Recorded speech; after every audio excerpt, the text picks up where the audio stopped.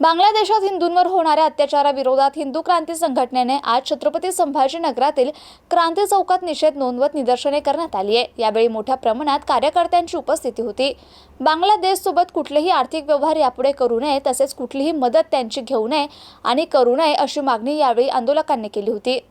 आम्ही निदर्शन जे केलेलं आहे, तुम्ही बघितल्याप्रमाणे हिंदू धर्मावर बांगलादेशमध्ये किती अत्याचार झालेला आहे। तिथं 3 वर्षाच्या मुलांना फाशी देण्यात आलेली आहे। किती महिलांवर तिथं बलात्कार झालेले आहे। नवऱ्यासमोर बायकोचा, भावासमोर बहिणीचा बलात्कार झालेला आहे। आपले साधू संत तिथं अडकलेले आहे। त्यांच्याकडे सगळी रीतसर प्रोसेस असूनसुद्धा त्यांना तिथं देशद्रोहाचा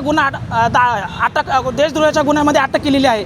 तरी आमची मोदी साहेबाशी, या भाजप सरकारशी अशी मागणी आहे की इथून पुढं त्यांच्यासमोर कोणताही आर्थिक व्यवहार करू नये, त्यांची कोणती मदत करू नये, त्यांची कोणती घेऊ नये, त्यांच्यासोबत आपले पूर्ण संबंध तोडावे, ही आमची मागणी आहे। तिथं जे हिंदू अडकलेले आहेत त्यांना वाचवण्यासाठी काय करावं? आम्ही मोदी साहेबाशी ह्या तुमच्या माध्यमातून पत्रकार महोदय आम्ही त्यांना सांगू की तिथल्या जे काही कोणी आपले अडकले असतील त्यांना सुखरूप भारतात आणावं, ही आमची मागणी आहे। माझं नाव हिंदू क्रांती संघटना संस्थापक अध्यक्ष राजू काळे। बांगलादेशामध्ये आता 10 ते 15 दिवस राहिले हे अत्याचार सुरू आहे। तुम्ही एवढ्या उशीर आंदोलन का करताय नेमकं? साहेब, आता तुम्ही बघितल्याप्रमाणे सगळीकडे आंदोलनं चालू आहे, बरोबर आहे। आणि आमचं म्हणणं काय आहे की इथून पुढं सगळ्या भारतामध्ये जेवढे 80 कोटी हिंदू आहे त्यांनी सगळ्यांनी पटापट निदर्शनं करून लवकरात लवकर ही बाब सरकारच्या लक्षात आणून द्यावी, ही आमची इच्छा आहे।